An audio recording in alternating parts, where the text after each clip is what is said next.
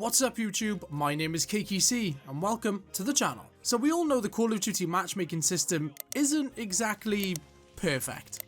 Now when you put those two things together, Call of Duty and matchmaking, the very first thing that comes to mind is of course the skill-based matchmaking that we've seen in the last couple of games.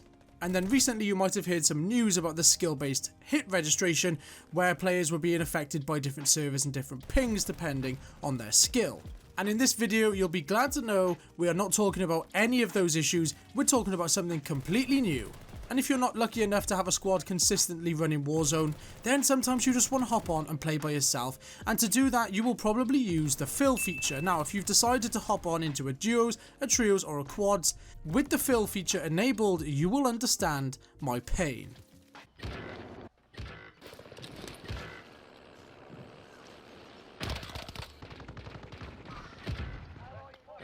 So if players are filling a Warzone match either in duos, trios or quads, the majority do not want to stay in the game after they have fully died. Even if the team has enough cash to buy them back from a buy station, they most likely will still leave. Now I understand the motivation behind leaving once you've lost your gulag and you're fully dead.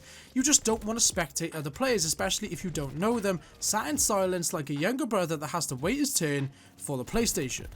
But the problem is that that system favours those who leave. They get out the game, reset, and they're straight back into another game, leaving the other players, whether it be the duo partner, the two others in the trios, or the three others in the quads, to pick up the pieces, and essentially ruining the rest of that game.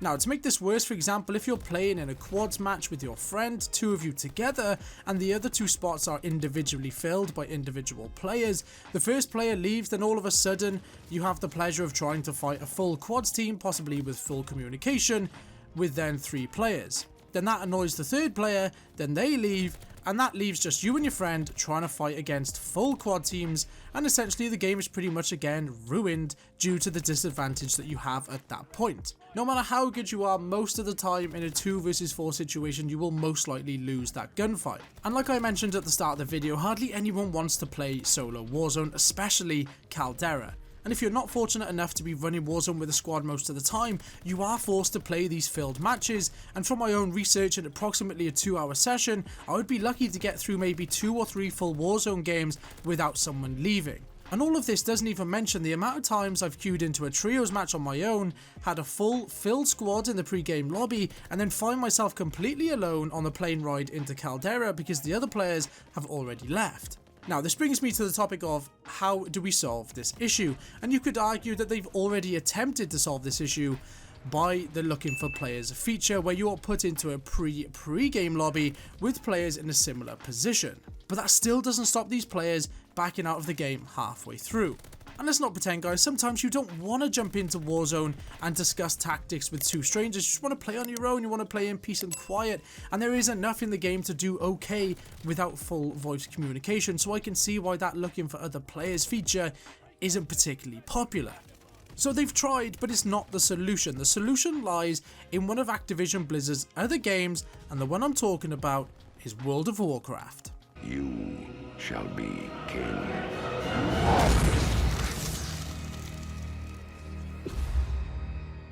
Now of course, this MMORPG game is worlds apart, excuse the pun, from Call of Duty Warzone, but Warzone could learn a thing or two from the way this game goes about its matchmaking, especially with how it deals with players who leave games halfway through. In World of Warcraft, the current system will punish any player that leaves Battlegrounds with a time penalty. You can think of a Battleground like a Warzone match, the difference being instead of having 50 teams of say 3 players like a Warzone match, there's only 2 teams of anywhere between 10, 15, all the way up to 40 players. So that is the difference.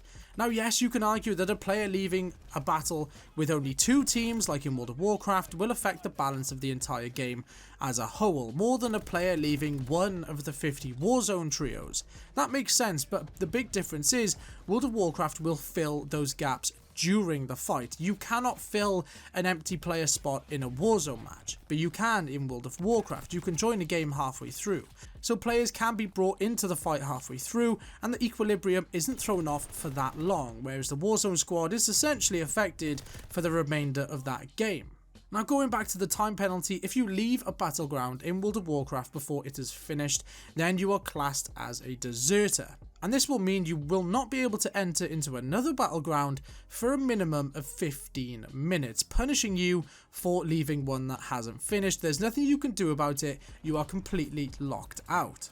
Now the question is, would this be a good idea to implement into Warzone, and would this solve the issue of all of those squads getting their games ruined by 1 or 2 individuals who have left the game before it's finished? And I think it probably would solve the issue to some extent. Now 15 minutes is probably a tiny bit too harsh. Even 5 to 10 minutes would still probably do the trick, considering Warzone matches can be anywhere between 15 and 25 minutes depending on the game mode you're playing. Now before we go any further, of course I'm talking about leaving before your team is finished, not the whole game, just when your team is wiped out. It would be ridiculous to sit around watching the rest of the game so everyone's spectating. Of course that wouldn't make any sense. If the team's wiped out, they might as well just leave. But I'm talking about if a player leaves before the entire team is wiped out. So say you did get a 5 to 10 minute penalty for leaving a game before your team is wiped out. Now that would make it more time efficient to stay in the lobby, stay with your team, see if they can buy you back than it would be to go out of the game, take the 5 to 10 minute penalty and then jump back into a new one.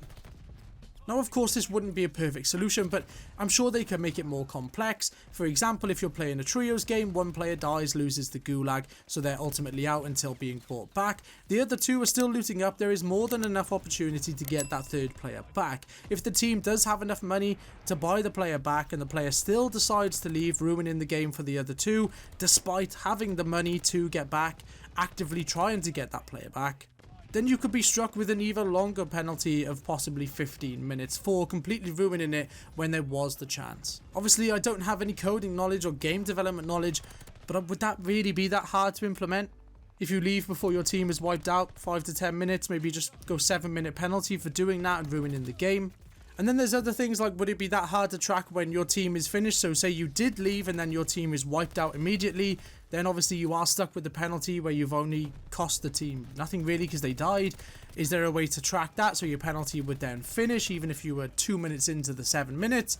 Your team got wiped out, so then everyone's back in the lobby, blah blah blah.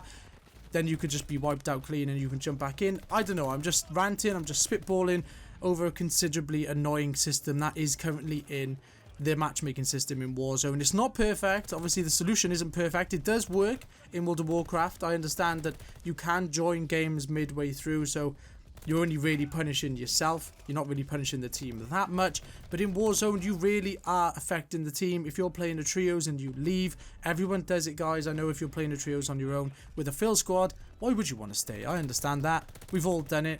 But it does affect the team. If you are trying to play Warzone seriously with especially one of your friends, and then you try and fill that 3rd spot and they leave, then it's just ruined for everyone. That's 15, 20 minutes of everyone's time completely wasted. So do you think it needs to be punished, leaving a game? Obviously there'll be people that might watch this video who regularly leave games because they just get fed up. They don't want to spectate. They're fed up of playing. Let me know. I just want to talk about it down in the comments below. I just want to use it as a discussion. Have you experienced this? Have you been on the receiving end? Have you been on the doing end? Let me know down below. Do you think having a time penalty would work?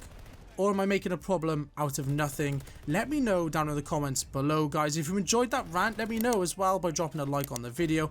We are on the road to 1,000 subscribers, so big love to anyone who leaves a like or a comment on the video. Thanks for staying tuned to the video, guys. As always, feel free to subscribe to the channel for all of the latest Call of Duty news, tips and tricks, how-tos, class setups, and much more.